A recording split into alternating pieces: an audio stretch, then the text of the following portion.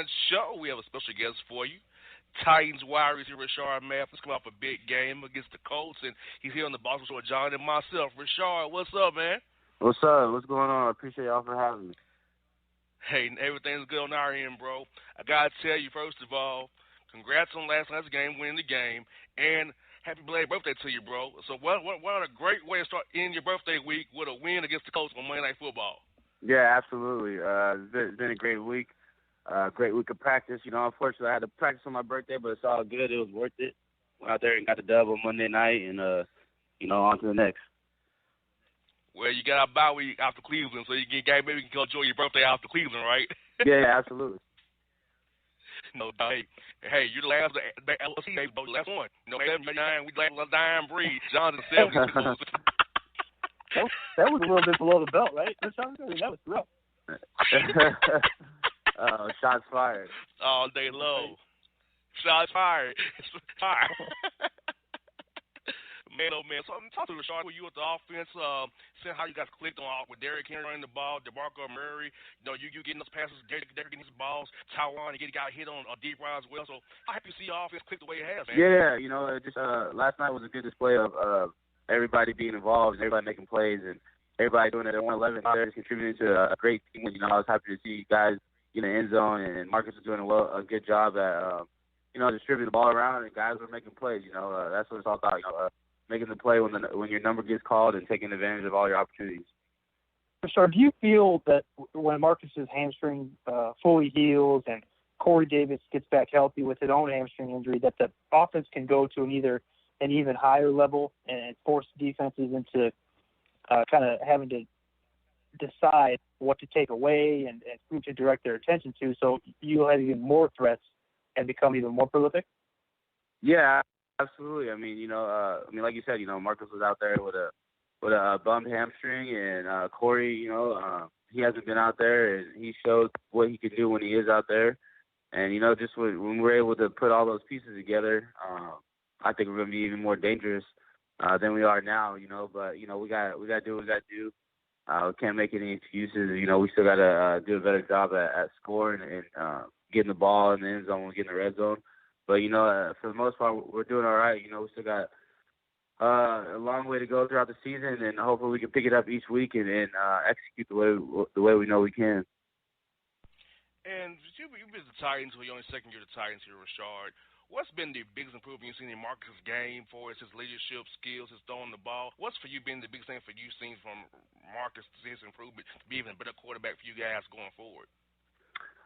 Just like you said, being that leader, understanding that the offense is his. He can kind of maneuver the way he wants to, and once he continues to keep understanding that, which I think he's doing week in, week out, day in, day out, even at practice.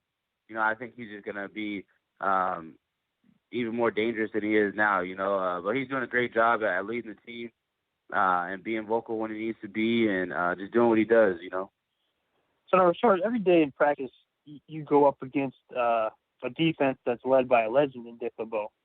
How amazing is it to see a guy at his age still out there, getting after it every day, and really be excited to be out there? And how often do you get to interact with him? I see Coach LeBeau every now and then. He instills that competitive itch in you. You could definitely tell the defense loves playing for him, and they go out there and everybody's running to the ball. Everybody's competing, everybody's pushing each other, and you could definitely tell that that's what he's instilling in his players. Whether it's on the field or off the field, and I think it's great because it pushes us offensive players, it pushes myself, and just pushes anytime you can get around people that help you to up your game and get better. You got to be all for it. Folks, at Rishard Mathis here, the Tennessee Titans on the Bossman Show. Titans wide receiver, 24 catches this year, to score touchdowns. We're doing big things for the Titans out there in Nashville.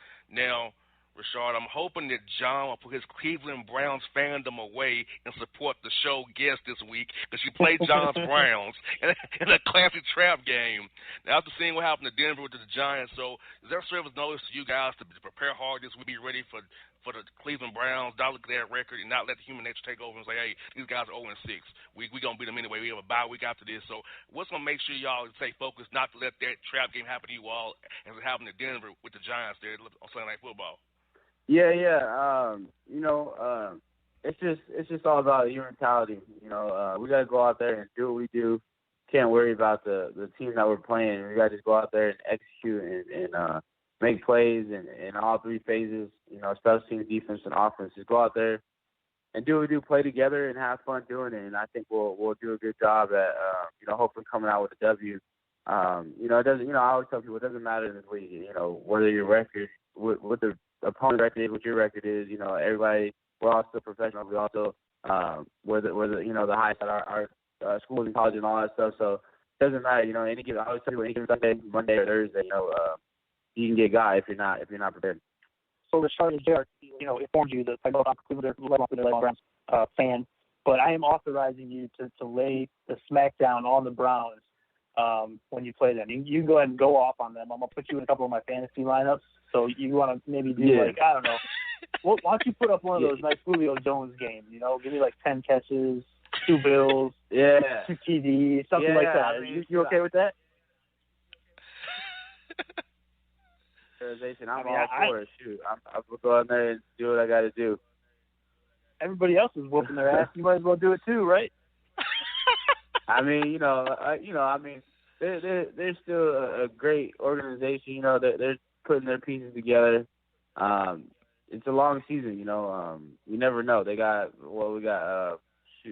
10 games left. So you're being much kinder.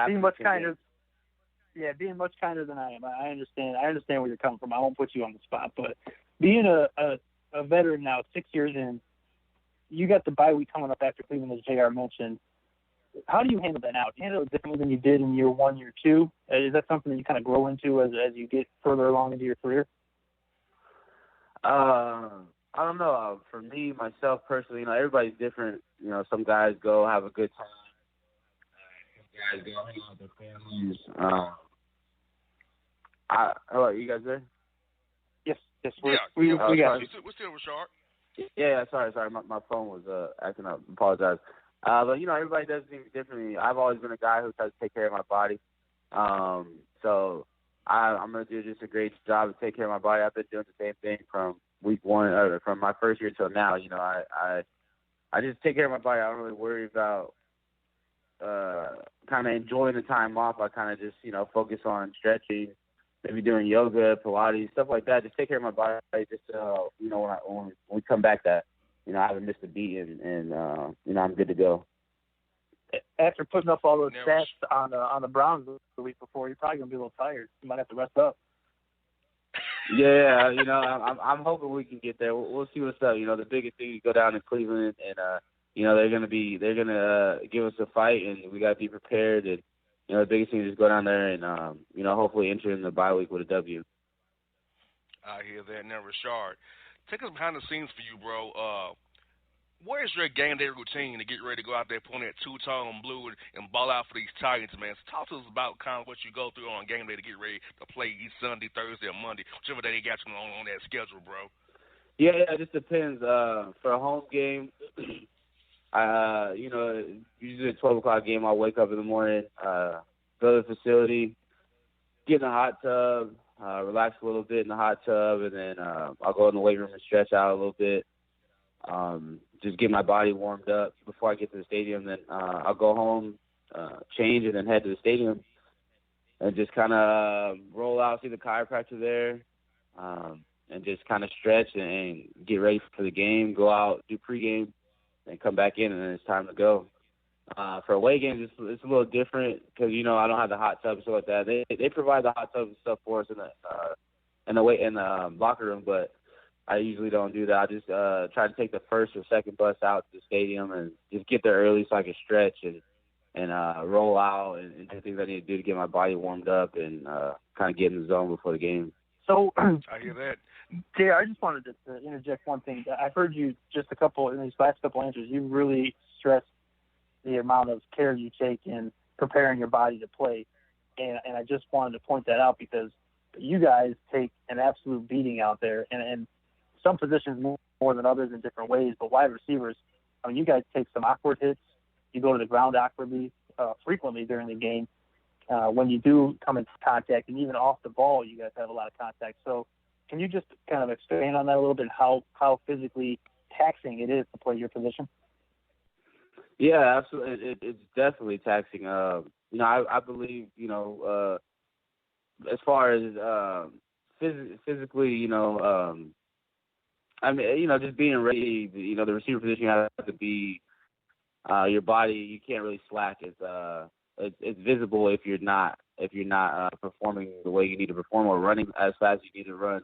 You know, because our position, you have to be running full speed. You can tell if somebody's jogging or not. You know, hitting the speed that they should be hitting, or if their legs are just dragging behind them. So it's very important to take care of your body. You know, I tell guys a lot coming up that, you know, they should do yoga and Pilates. You know, hopefully they don't take the macho approach and they're not like, oh, you know, that's not for me, because it really helps your body.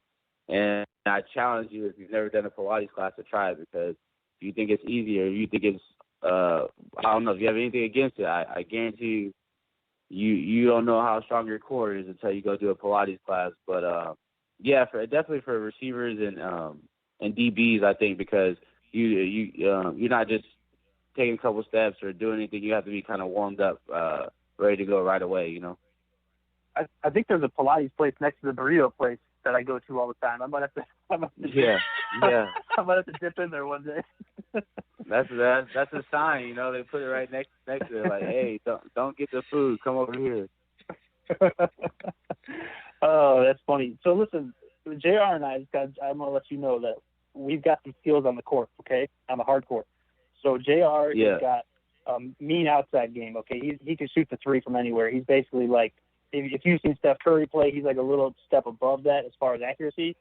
And then I've got a good post game. So yeah. So we had a good inside-outside game. Now we know you used to hoop back in high school in Cali. So how often do you get on the court these days, if at all? And then how would you rate your game? Would you rate it? Would you be on the same level as JR and I?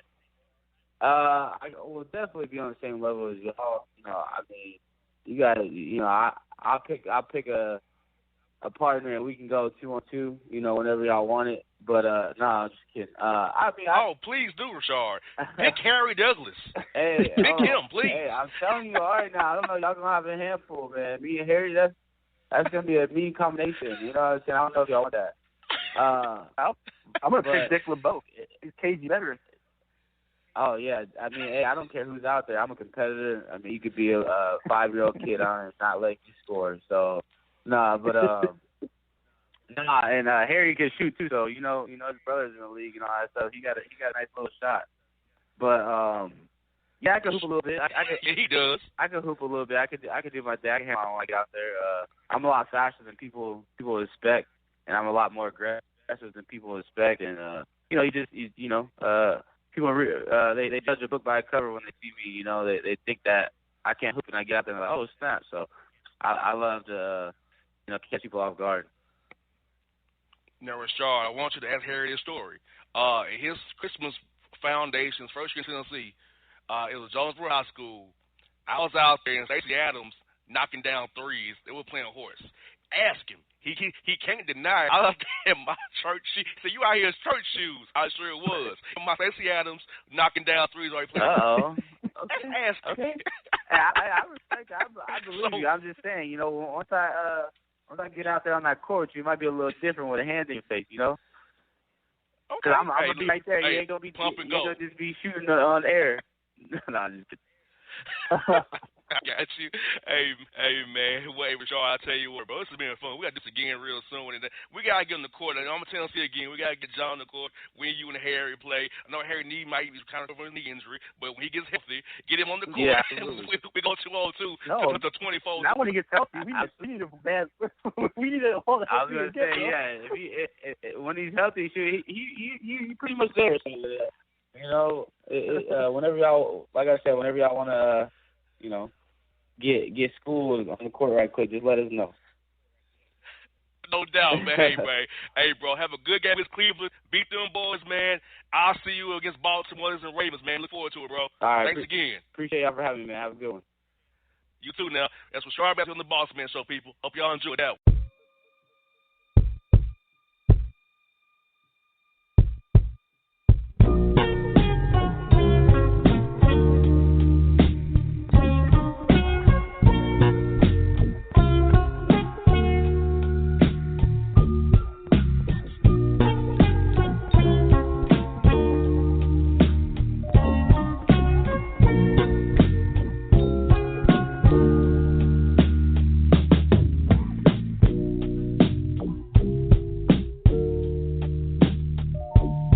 All your photo, video, and voiceover needs, check out the fine folks at Blueberry Productions. They will take good care of you. If you don't believe me, you can see for yourself. Check out their work at blueberryproductions.tv, a Facebook page, Blueberry Productions, also a Vimeo page, a YouTube page, and it's Blueberry, BLUBERRY, Prod on Twitter. Check them out today. Blueberry Productions, great people, great work, great service. Fantasy football season is fast approaching, and if you're looking for an edge this season, you need to contact the guys at Draft Day Consultants. The concept is a simple. Draft Day Consultants takes your requests and connects you with one of their trusted analysts, who then guide you through your draft, whether you just need a sounding board on decisions, or if you need them to conduct your entire draft. Draft Day Consultants has you covered. Every one of their consultants has a proven track record of success, and have conducted hundreds, even thousands of mock drafts. Thanks to this year-round research and analysis, the guys at DDC have an unmatched understanding of player values. So gain an edge on your league mates this season by hitting up draftdayconsultants.com.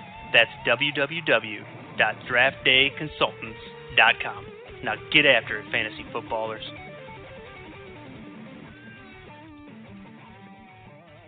Hip-hop fans, I got a great album for you. The debut album from Family Grind ENT, True Speech and 313 Fresh. We're going to give you 2 discs, 33 songs of pure, genuine hip-hop. Albums available on iTunes, Amazon, Google Play, illstreetrex.com, and streaming live right now on Rhapsody, Beats Music, Spotify, Xbox Music, Slacker Radio, and SoundCloud. Check them out today. True Speech and 313 Fresh. Family Grind ENT. Believe in it. Get it. Hello, my name is Travis Williams, President and CEO of Academics and Athletic Consulting, focusing on educating and empowering tomorrow's collegiate athletic leaders. My passion is for the education and genuine concern and care for today's student athlete. It's the centerpiece of my life's work. A college education, both in and out of the classroom, is a truly rewarding benefit. For more information on AAC, you can go to www.academicsandathleticsconsulting.com. Once again, www.academicsandathleticsconsulting.com, or you can follow me on Facebook at Academics and Athletic Consulting, or Twitter at Coach T Will 24, or Instagram Travis L Williams 24, or you can call me at 404-542-6079. Once again, AAC is very proud to partner with J.R. McHenry of the Bossman Radio Show, covering sports and entertainment across the country. Please tune in weekly for informative, entertaining, and expert analysis on today's sports and entertainment topics. Thank you. Yeah, it's your man JC, the host with the most, baby, and it goes down each and every Saturday night right here in the city of Memphis. That's right, y'all. It goes down at Clicks Sports Bar Memphis, baby. 3705 Malco Way, Memphis, Tennessee, 38125. Come out and join us, the Three Kings, each and every Saturday night for the livest karaoke in the city. Everybody gets in free till 10 p.m. Only $5 after. Great food. We got drink specials. We got all kind of games, man. We got the pool tables popping. Whatever you want, we got you, man. Come on out. Have a good time with us each and every Saturday night. That's Clicks Sports Bar, Memphis.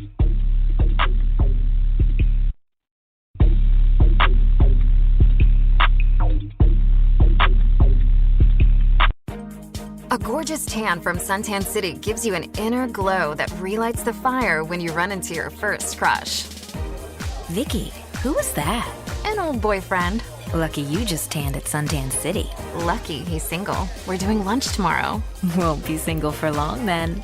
During Tour of the City, try all 5 tans, including spray tan, for just $4.99. Restrictions may apply. Click to buy now. Hello, college basketball fans. This is Donnie Tyndall, former head basketball coach, and we're getting ready to have a top 3 with Tyndall, with JR the Bossman and John, myself, as we analyze the college basketball season team by team, break down stats and facts, and give you all the basketball scoop across the country on a weekly basis. We hope you'll join us and look forward to talking hoops with you on the Bossman Show.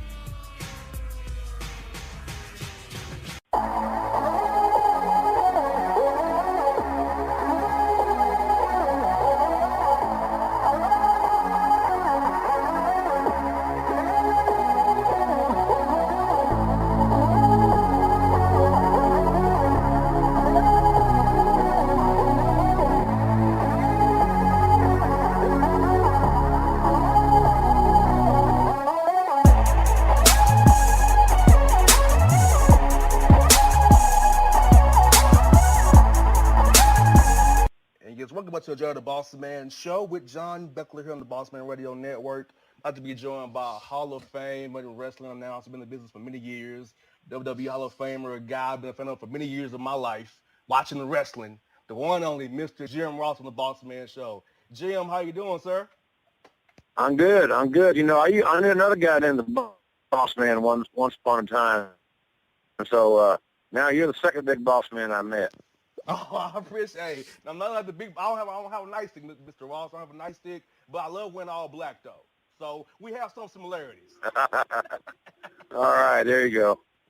Hey, I got started, y'all. We have a big firestorm, something wrong with the unfortunate comments of Hulk Hogan, and for being around as much as you have you ever seen this out of Mr. Hogan and the hell he has this type of views? And are you just to see these comments came out about when it comes to his daughter, were you just shocked to hear that Hulk actually said things like this? Well, yeah, I'm very shocked to hear, and I'll be the first to, I'll be full disclosure here. Hogan and I are not, have never been personally close. We've had a healthy business relationship, and that's it. I've never hung around him much. I've never socialized with him. So the 2 points to that are, one, I'm not going to tell you anything that's not the truth. I'm not going to try to protect him because he's my buddy or anything like that. But I will tell you that in all the years that I have been around him, I've never known him to have any issues regarding racism. I know that he's been challenging to deal with on occasion, but, you know, heck, a lot of big stars can become challenging to deal with, no matter what form of entertainment they're in.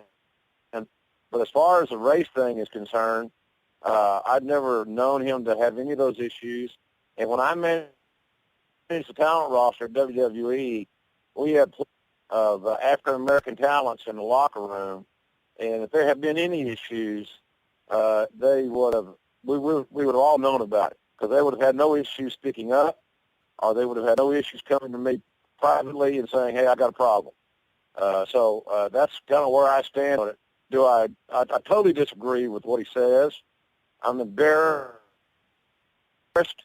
and it just gives us that grim reminder one more time, another day, another illustration that the country we live in still has racial issues, and it's a damn shame.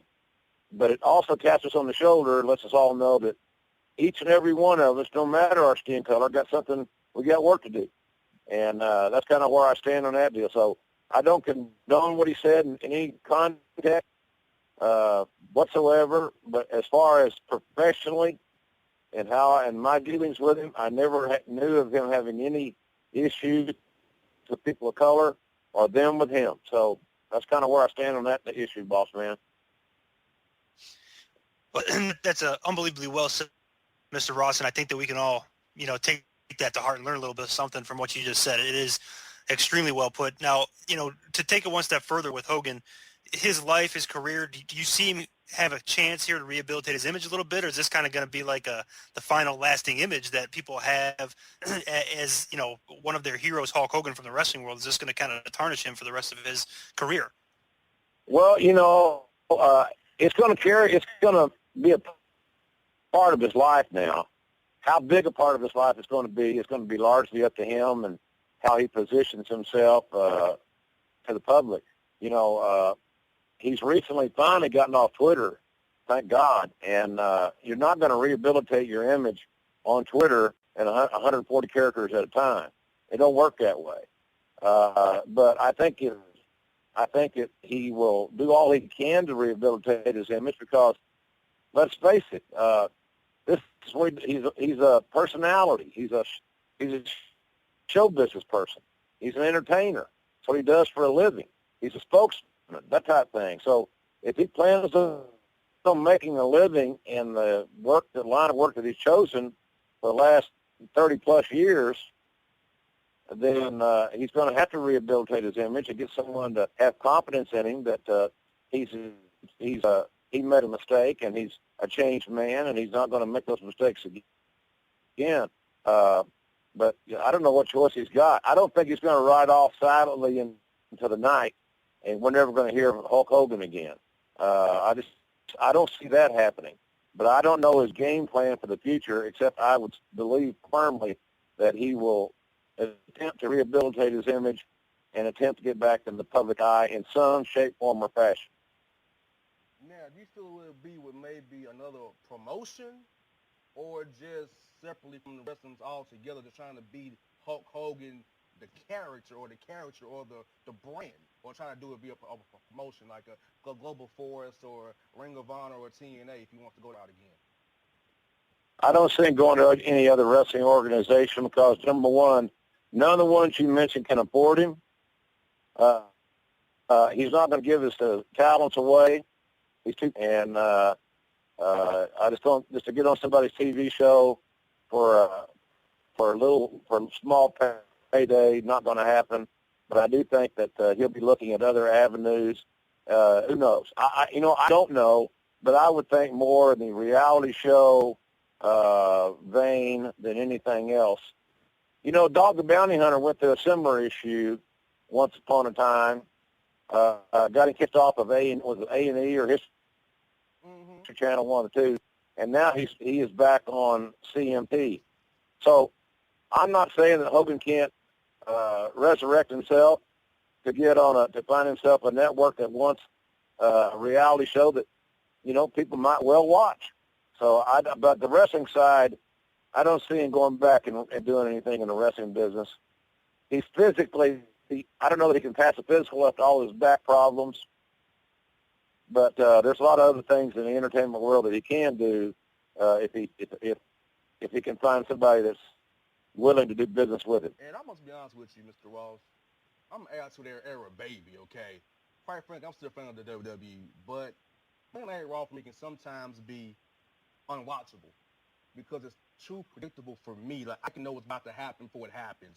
And do you think that the creative team will loosen the reins on these guys and allow them to perform as the guys in the Attitude Era was allowed to perform? Or is it probably that the new crop is just not as good as the Attitude Era guys were? So as you're trained out to the business, what do you feel is the problem with the new crop that we have, and why that Raw can also become very unwatchable, and SmackDown can become very unwatchable depending on, because of just the same old thing over and over and over again? What's your feelings about that? Well, I think that the bottom line of it is that the talents that are the brand new talents that have no track record or no long resume of experience are at a disadvantage in today's highly critical marketplace. A lot of information on social media. Fans have a lot more access to information, are a lot more critical. And then the guys that have been around, they need to be allowed to be themselves. The best performers are natural extensions of their real personality. So with that said, the guys that have experience, like I'll give you Seth Rollins, Kevin Owens, Cesaro. Those guys are all highly talented guys, but they've got to be allowed to become more of themselves, and that's a decision that the producers and the company's got to commit to. The other guys that are coming through the performance center that are brand new, they just haven't had enough minutes in the ring to figure out who the heck they are. And a lot of guys we used to hire. When I hired Stone Cold, he'd been in the business 7 years before he debuted in WWE. When I hired Mick Foley, I think he'd been in the business 7, 8, 9 years before he finally made it to the WWE. So you don't have that right now with these rookies. And the guys like Rollins and Cesaro and Owens, as I mentioned, they're not rookies. They had several years in the independent circuit before they got to World Wrestling Entertainment. And I think that, now they've got to find themselves in that world and adapt to that game plan and how they're being produced. It's like being an actor. Some directors are easy to work with and some are challenging. Some roles are natural fit and some are stretch. It's a craft that you learn over time, and it's a team effort. So, you're not going to see the same quality, the same type, is maybe a better word, of wrestling that we all fell in love with back when we were younger today. That business has moved on, and the business is changing. And hopefully these new guys can adapt and bring some of those elements of the old school back. But all we can do is stay tuned, as they say, in the television world. Extremely interesting response there, and I'm curious to know, do you think the quality of that WWE roster and the shows would increase if they started to have a little bit of real competition from some of the promotions, as JR had mentioned earlier, that TNA, Ring of Honor, Global Force, as they used to have with that WCW, ECW during that Attitude Era? Well, you're asking them the hypotheticals because it's not going to happen. They should be the biggest opposition or opponents that WWE has right now are the Nielsen ratings, the minute-by-minute ratings. And you can hang your hat on that hook too long, or you can not hang on it at all. But the Nielsen ratings is our competition. How are we doing against the other shows that are airing in our time slot? For anybody to think that Ring of Honor, Lucha Underground, Global Force Wrestling, or TNA combined are going to make a pimple on the backside of WWE is being hallucinated. And I'm not a WWE apologist. I worked there 21 years. I had 40 in the business. I'm just telling you the reality of it. There's one NFL. Ain't no other football league in America ever going to move the NFL out of the way. The NFL and the WWE are the same thing, different genres. Hey, that's a great response to it. And, folks, we are joined by Hall of Famer Jim Ross on the Bossman Show here with JR and John. And why you mentioned the NFL, you know what? I missed the XFL. That was a great league. That 1 year, the XFL, I loved it. The Memphis Maniacs was my team. My dad would take me over from Atlanta to watch the Maniacs play there at the Liberty Bowl. I must say, that was one of my favorite teams ever. I love He Hate Me. Did you enjoy that league? I know it was only 4 years, but did you enjoy calling those games? Well, I'm a big football fan, still am, always have been my whole life. So for me to be able to broadcast football on television was a big thrill, dream come true, one of those bucket list things for me. So, I had a blast and I had a good time. I thought that if we had, at the end of the day, and hindsight's always 20/20, if we had concentrated on the football more than the showbiz, in other words, we put more time and effort in the steak than we did the sizzle, the league probably would have gotten a reprieve and had another year. But certainly the National Football League did not want the XFL to succeed. The guys that wrote about the NFL on a regular basis and had access to the NFL locker rooms were never kind to the XFL under any circumstances. And all we were trying to do was give football players that were exiled a chance to get back in the game and then maybe make it to the National Football League. That's all the XFL is going to be. Springtime football, good programming for NBC and for cable, and then maybe a few of our guys could make it to the next level. Tommy Maddox, a quarterback in the LA team, made it to the next level and became the starting quarterback for the Steelers for a while. He made it with Carolina. There are other guys, too, several other guys that made teams. But that's all we ever wanted. And if the NFL came in and plucked our best players and put them on a 53-man roster, then that was a win for the XFL. But the NFL didn't want the competition. And I find that to be it's so true. They'll deny it because they're bulletproof. They're like the mafia with a helmet and a pigskin on their arm. And I love the NFL. I've got the Sunday ticket. I'm a big fan. I consume a bunch of product. But that's you got to tell the truth. If you're going to, when you interview me, you're going to get the truth. And the truth is, if the National Football League didn't have time for the XFL, didn't want it to get a foothold, and they knew that Dick Ebersol and NBC had the stroke, that if the XFL could find its heartbeat, that they were going to stick around. And they made sure that heartbeat didn't last but one season.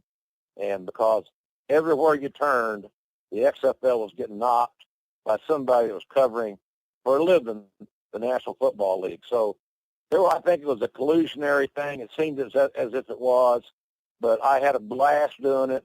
I have no regrets. I'm sorry that the company, WWE and NBC, lost so much money, but the idea and the concept was solid. As Vince McMahon said, we took a calculated risk, and on that particular risk, we lost. But it was a great experience for me personally, and I have no regrets about being involved in it at all. Well, Jim, I can tell you, I still wear my XFL T-shirts that I have. I'm 28 now, but I can still wear my XFL T-shirts I had back in the day. I still have my Maniac shirt. I still have those things. Now, I still wear them because I was proud of that league. I have a football from XFL that my dad bought for me. So I love that league. I used to watch it every week, all 4 games. I enjoyed it. I missed it. It was great. I also love another league. The Real Football League is another league I love. The Georgia Force in Atlanta, Nashville Cats. So I'm a football junkie as you are as well. And I must ask you, being in Oklahoma, are you a Cowboys fan in the NFL, or are you a Texans fan, or you like somebody else? I have always. I'm not a fan of any one specific team. I'm an Oklahoma Sooners fan until the day I die. Sooner born and sooner bred. When I die, I'll be sooner dead. And I am a fan of the team that the young men that played at Oklahoma are playing on. And if they happen to play against each other on Sunday, I just sit back and watch like an uncle. Whereas nephews are playing on 2 different teams. But I really don't cheer for any team. Now, when Barry Switzer was the coach of the Cowboys, I became a quasi-Cowboy fan while Coach Switzer was there because he was a former coach at OU. But right now, I watch that's what makes it interesting. There's so many Oklahoma players in the league that I can watch just about any game and find one of my Sooners on that team, and it makes the game more interesting for me. So I don't follow a team, but I follow the league, and I follow my Sooners that are in the league. Well, let's talk about the Sooners a little bit. The football season's coming up. Based on what you've been seeing and hearing, what are you expecting from Bob Stoops and his guys this season? Well, it's probably more unanswered questions this year for this team than any year we've had in a long time. It starts with the quarterback, just like any team does, no matter what the league. It always starts with the quarterback. Oklahoma says they have 3 young men that are competing for the job. So, and without coach speak or whatever, that tells me that they've got 3 guys that are looking to be the starting quarterback. And the old football adage is, you got 2, you don't have any. If you got 3, you don't have any. So we got to find one of those guys who've got to separate themselves from the pack and become the trigger man on that team. So first point of business is finding a quarterback that can run the offense that the new 31-year-old offensive coordinator is going to put in. And but I think last year we were close in some games. It was an 8-5 year, 8 wins. Oklahoma is unacceptable. The coach will tell you that himself. So they're motivated to rectify their wrongs last year because, like I said, some schools might be happy to win 8 and go to a bowl game. Not here at Oklahoma University. We play for national championships and Big 12 titles. Anything short of that is a disappointment. So I don't know what kind of year we're going to have. Our schedule is very unfavorable. We have a lot of question marks. We have 3 new coaches. We don't have a quarterback established. There's so many unanswered questions. And the second game of the year, we traveled to Tennessee to play the Volunteers. They're getting better. That's a big game for them. It's already sold out.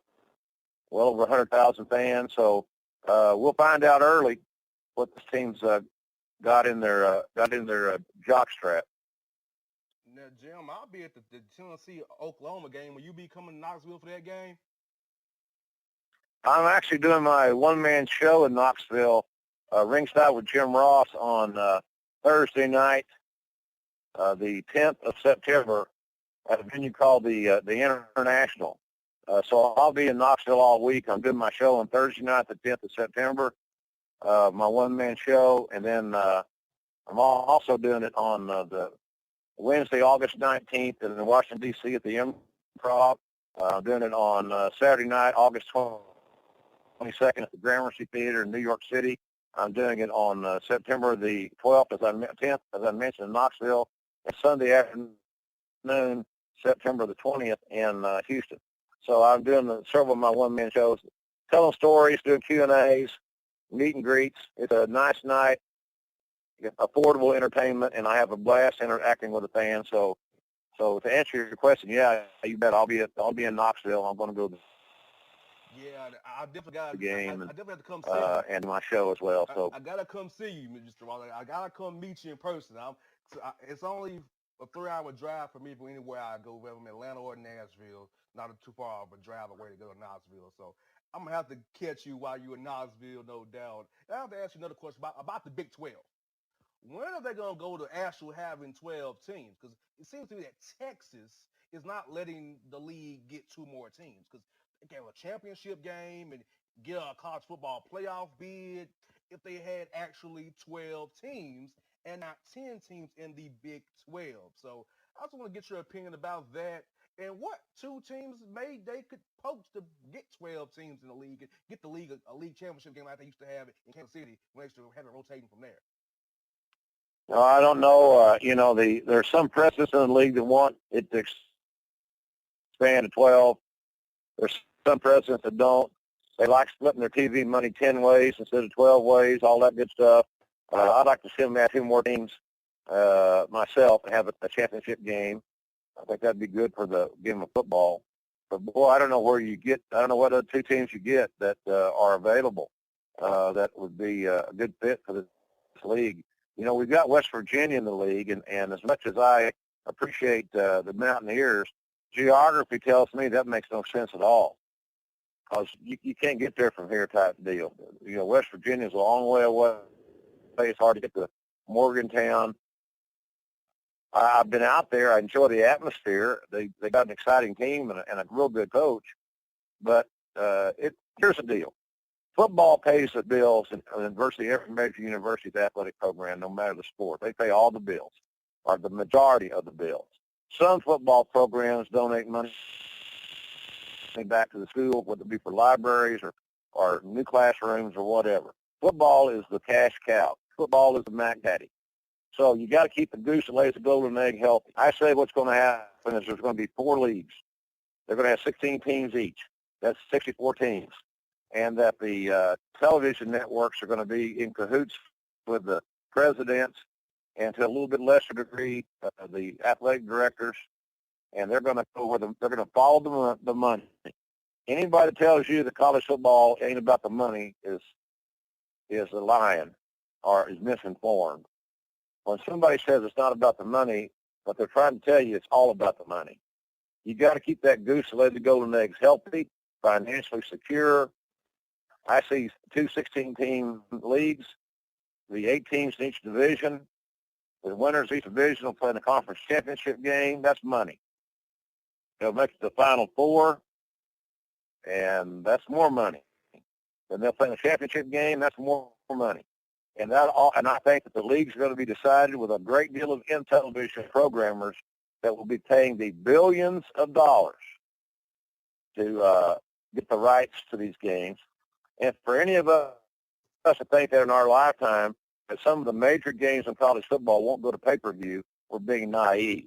So I don't know what's going to happen in the Big 12, but I think overall in college football, we're going to see major changes within the next decade. All right, Mr. Ross, I got two more questions coming down the home stretch here, and they're both getting down to the nitty-gritty. Okay, the first one is about your career and one of the most proud moments that you've had within the wrestling business. Proud moment, enjoyable moment. What sticks out to you in your career in wrestling? Well, I grew up as only child on a poor farm, eastern Oklahoma, 160-acre farm, and only child. We didn't have cable TV. He didn't have video games, any of that stuff. So for me, being a chubby kid with a southern accent, the fact that I got stricken with Bell's palsy, which is facial paralysis, on 3 different occasions, but to find myself still being inducted into the WWE Hall of Fame on that night in 2007 in Detroit was probably my proudest moment. It's like asking me, what's your favorite match? Well, that would be akin to asking me, who's your favorite child? I can't answer that question because there's so many great matches I've been privileged to call. But for me personally and selfishly, the most significant milestone was being inducted into the WWE Hall of Fame because I'm not supposed to be there. I'm part Cherokee Indian, Native American. My origins was a biracial family with the Native Americans, and they were not accepted. I understand racism. I understand a lot of things because my great-grandfather was exiled for it because he married a Cherokee lady. And so I came a long way. I got very lucky and got very blessed. So going to the Hall of Fame was my moment, and I'm very proud of that opportunity. People with southern accents are not supposed to be global television people. And I've got a very loyal audience and a fan base that follow me on Twitter and Facebook and all that stuff, which I love. And when I do my one-man shows, I get the crowds have been very, very good because people respect my work, and I was the voice a lot of them grew up with. So for that, I'm very thankful. Well, the Hall of Fame induction is a fantastic accomplishment, and we congratulate you on that, Mr. Ross. Now, the big question that I have for you as a fellow barbecue connoisseur, sir, what do you feel the essential elements to having that perfect barbecue? What type of meat, what type of sauce are you looking for when you go out to prep some barbecue or even just to sample some barbecue? For me, it's brisket, it's some brisket or it's some dry rub, country-style ribs. Well, I think that whatever your preference is, the one thing you got to have is patience. You got to have time. You got to be patient with how you need to. I like to dry. I have a dry rub sauce that we make. It's a sauce. It's a dry rub, all-purpose seasoning. I'll season my product, whatever it's going to be, and try to season it overnight. I think being able to season and let something set overnight is one of the secrets to great barbecuing, great smoking. And then being able to do it on low and go low and slow. Low meaning in the 200-degree range, maybe a little less, a little more, depending on your preference or how your smoker is working. But patience is a big deal. The worst barbecue I ever had was good, so I'm a barbecue freak. I love it. I just had barbecue today, a smoked meat at Billy Sims Barbecue in Norman, and I had smoked turkey and smoked chicken because I'm trying to watch what I'm eating. And if it's good barbecue and you're using good wood, especially a fruit wood like or flavored wood, pecan, apple, pear, hickory, mesquite, and not just oak, but you're using something that's got a little flavor, that wood has a whole heck of a lot to do with it as well. So a simple, good, dry rub overnight, then low and slow on something that's got some wood in it that's got some flavor, and it's hard to screw that up. The only way you can do it is get impatient and turn the heat up, make it cook hotter, and try to save time. If you're all about cooking hotter and saving time, then you don't need to be barbecuing the smoker because it's not going to be good and you're not going to want to do it.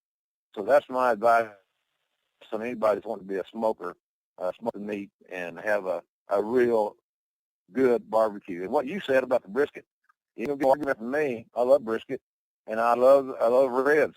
The mark of a great barbecue place. You go to a barbecue place, there are two things that you always got to look for. How good are the ribs, and how good are the sides? If one of them's done half-assed, then you ain't the right spot. Ribs and sides will tell you how good overall the bar place is. Yes, indeed. I'm hungry now. Yeah, you're just going through the motions on the sides, and they took shortcuts, and then they're going to go through the motions on something else. So, but patience, high-quality meat, cleanliness, and a wood that's good, got good flavor, and you're on your way to the promised land. I tell you what, Jim, when I'm in Memphis, I rack up in Memphis on the barbecue. I can't get it like I wanted to get in Atlanta and in Nashville, but when I'm in Memphis, I get me some good barbecue always. I'm going to tell you, this is one restaurant in Nashville. I won't name the place, but it was the only restaurant I've ever had some barbecue where I was like, this sickens me. You know, it has a great appearance, great ambiance, but the barbecue put it like that. And I should have walked out. I had some barbecue in Nashville downtown near the Opry called at Jack's Barbecue. I thought was pretty good. And then I was in Memphis not too long ago, and I thought the best barbecue I had in Memphis was Central Barbecue. And I went to all the famous places. One of them I won't mention because it wouldn't be fair. They may have had a bad night, but it was the first barbecue restaurant I ever went to. I sent it back. I wouldn't eat it. But they put so much dry rub on it. They dry rub. You can't dry rub and let it set overnight, and then cook it, and then take it off your smoker, and then dry rub it again. That's not working. That don't work. You got too much, and so you're all now tasting as a dry rub, and you're killing the meat.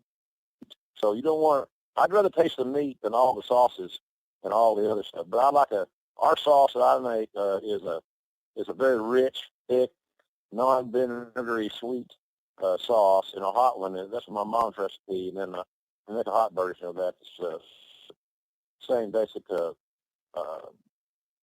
thickness and richness, but it's just got a little bit more of a bite to it. But I'm not big on the vinegar sauce or the vinegar taste because to me, it overrides the meat, and I want to taste the meat and not the sauce. I hear that. I'm gonna tell you, if you're ever in Atlanta. If you're down here in Atlanta where the show's based out of, I'm telling you, go to Hottie Hogs Barbecue.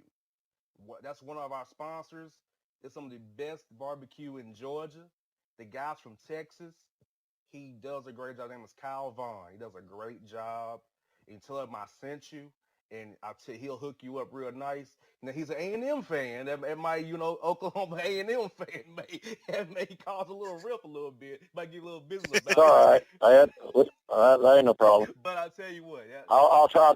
Next time I'm in Atlanta, I'll check it out. Yeah, I'll tell you what. That barbecue's good, man. The dry rub wings.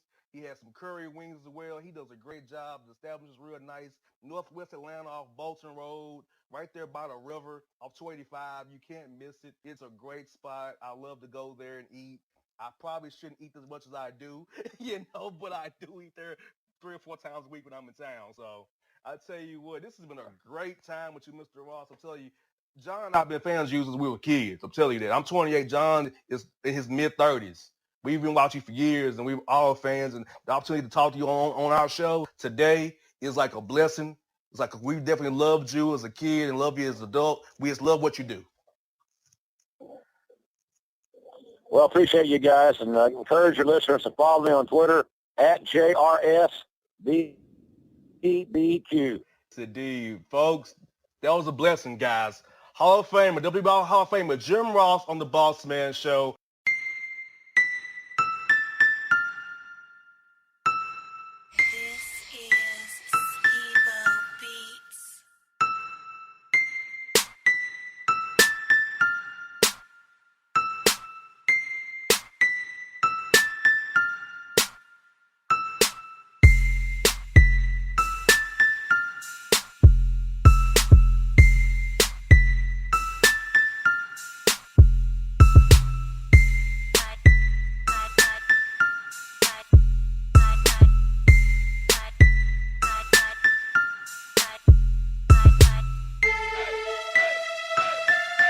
Hello, my name is Travis Williams, President and CEO of Academics and Athletic Consulting, focusing on educating and empowering tomorrow's collegiate athletic leaders.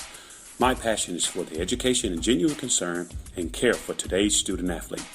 It's the centerpiece of my life's work. A college education, both in and out of the classroom, is a truly rewarding benefit.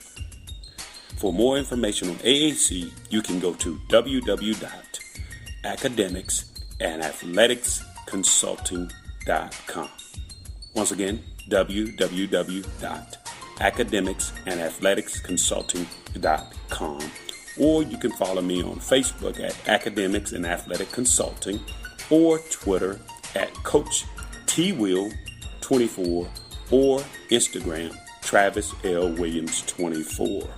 Or you can call me at 404-542-6079. Once again, AAC is very proud to partner with J.R. McHenry of the Bossman radio show, covering sports and entertainment across the country. Please tune in weekly for informative, entertaining, and expert analysis on today's sports and entertainment topics. Thank you.